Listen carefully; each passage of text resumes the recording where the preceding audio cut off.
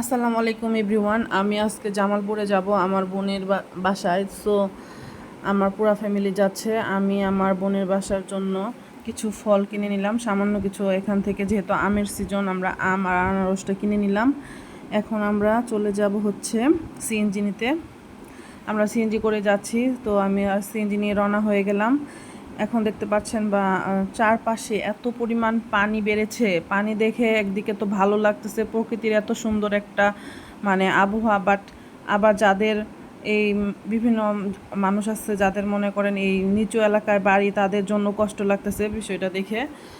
কিন্তু আমাদের এখানকার চারদিকে প্রচুর পানি উঠেছে, প্রচুর পানি আসছে, ভালোই লাগতেছে এটা। আর সুন্দর একটা বাতাস বইছে, এই অবস্থার মধ্যে আমরা যাচ্ছি, ভালোই লাগতেছে। এখন যেতে যেতে আমি আমি জামালপুর শহর নিয়ে কিছু বলতে চাই। আমার জামালপুর শহরে কিছু মেমোরিজ আছে, আমি ভাবলাম তোমাদের সঙ্গে সেই মেমোরিজগুলো আমি শেয়ার করি। আমার হাজব্যান্ডের চাকরি সুবাদে আমাকে জামালপুর 10 বছরের মতো থাকতে হয়েছে।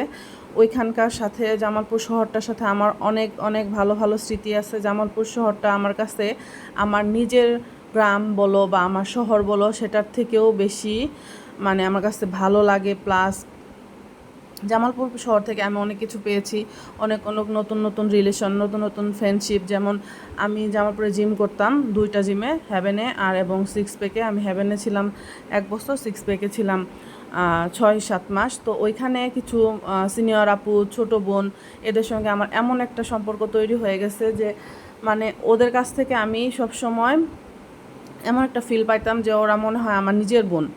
সো একটা ওই যে একটা ভালো লাগা, ওই যে একটা সম্পর্ক আমার তৈরি হয়ে গেছিলো। এটা হচ্ছে আমাদের ব্রহ্মপুত্র নদী, ফৌজদারি।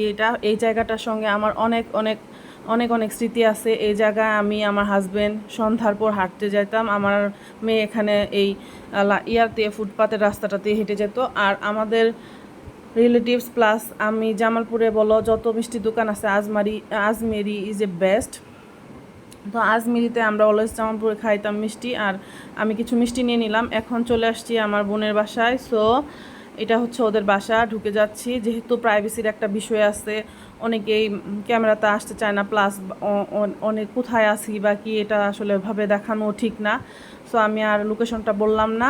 আর আন্টি আমাদের জন্য, আমার বোনের শাশুড়ি, আমরা যদি ওনাদের বাসায় যাই, উনি সব সময় মনে হয় যে আমরা তাদের কোনো আত্মীয় না, মনে হয় ফ্যামিলি মেম্বার। তারা সবসময় এভাবে আমাদেরকে ট্রিট করে, এভাবে আপ্যায়ন করার চেষ্টা করে। ওনাদের বাসায় গেলে আমাদের মনে হয় না যে আমরা মেহমান গেছি, আমাদের মনে হয় যে আমরা তার ফ্যামিলি মেম্বার।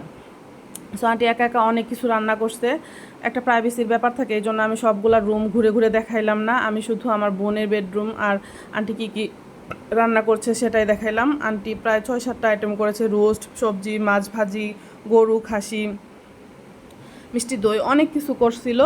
আর এখন আমি জামালপুর থেকে বিদায় নিচ্ছি। এটা হচ্ছে ব্রহ্মপুত্র নদীর সূর্য ডুবে যাওয়ার সেই ভিউটা এত সুন্দর লাগতেছে, কি বলবো। সবাই সবাই আমার ভিডিওগুলো দেখবা, ফ্রেন্ডস অ্যান্ড ফ্যামিলির সাথে শেয়ার করবা, আর কেমন লাগে অবশ্যই জানাবা। আল্লাহ হাফেজ, আজকের মতো।